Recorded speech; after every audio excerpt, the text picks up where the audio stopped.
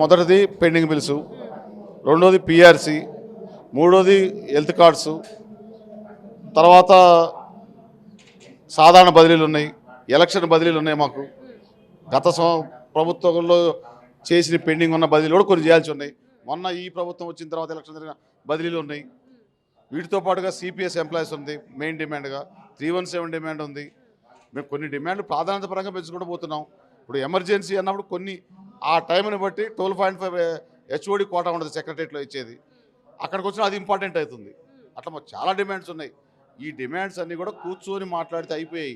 ముఖ్యమంత్రి గారు సానుకూలంగా ఉన్నారు, ఉప ముఖ్యమంత్రి గారు ఉన్నారు, కొంతమంది సీనియర్ అధికారులు ప్రిన్సిపల్ సెక్రటరీ క్యాడర్లో ఉన్న అధికారులు చొరవ చూపట్లేదు.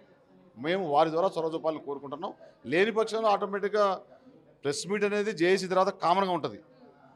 ఉద్యోగ ఉపాధ్యాయ కార్మిక గెజిట్ అధికారులుగా మా 206 సంఘాలు, 13,50,000 మంది ఎంప్లాయీస్, రాష్ట్ర వ్యాప్తంగా మొత్తం ఉద్యోగ కమ్యూనిటీ మా సమస్యలు నిరంతరం ఉంటాయి. ఒక్కరోజుతో క్లియర్ అయ్యే కావు. అసలు ఈరోజు అయిపోతుంది. డిఏ ఇప్పుడు ఇచ్చారు, మళ్ళీ ఇంకో డిఏ వస్తు రావాలి. పిఆర్సీ ఇప్పుడు ఇచ్చారు, నెక్స్ట్ పిఆర్సీ రావాలి. సప్లిమెంటరీ బిల్స్ వస్తూనే ఉంటాయి, శాలరీస్ బిల్స్ రావాలి. కొంతమంది అన్నెసరీ సస్పెండ్ చేస్తారు, రీవోక్ చేయాలి, ప్రమోషన్లు ఇవ్వాలి రెగ్యులర్గా. ఇవన్నీ మా కార్యాచరణ నిరంతరం ఎలర్ట్గా ఉంటేనే మా సమస్య సాల్వ్ అవుతాయి. అంతేగాని మేము మీటింగ్ పెట్టకుండా, సాల్వ్ చేయకుండా, ప్రెస్ మీట్ పెట్టకుండా ఏది కాదు. ఇది జేఏసీ సకల ఉద్యోగులకు సంబంధించింది కాబట్టి మాకు ఇది నిరంతరం తప్పని పరిస్థితి. కొంత అసంతృప్తి ఉంది మా కింద ప్రాథమిక సభ్యుల్లో. ప్రభుత్వం ఇంకా మన సైడ్ చూడట్లేదు.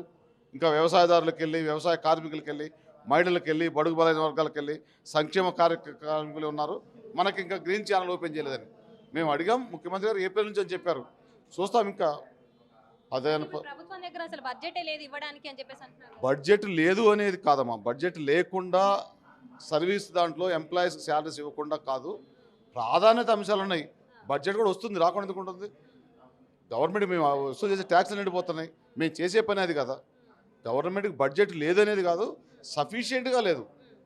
కొంత టైం తీసుకొని 1 by 1 చేస్తూ అంటున్నారు. మేము దానికి వేచి చూసే ధోరణిలో ఉన్నాం. నెక్స్ట్ ప్రాధాన్యత మాది ఉంటుందని, లేని పక్షంలో మా కార్యాచరణ మాకు ఉంటుంది.